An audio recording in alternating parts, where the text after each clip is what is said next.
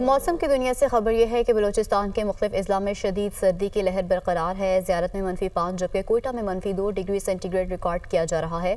موسم کا مزید احوال جان لیتے ہیں حسن بٹ سے۔